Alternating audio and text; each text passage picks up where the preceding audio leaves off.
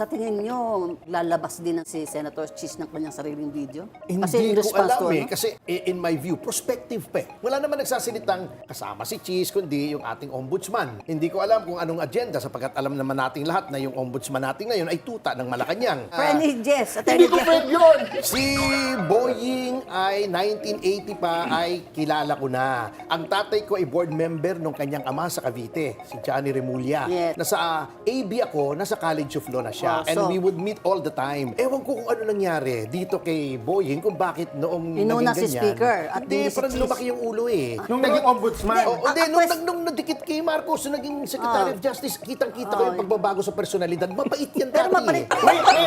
Kasi malamang yung sinasabi ni attorney eh, tuta ni Oh, kaya- BBM ng Obvious administrasyon. naman.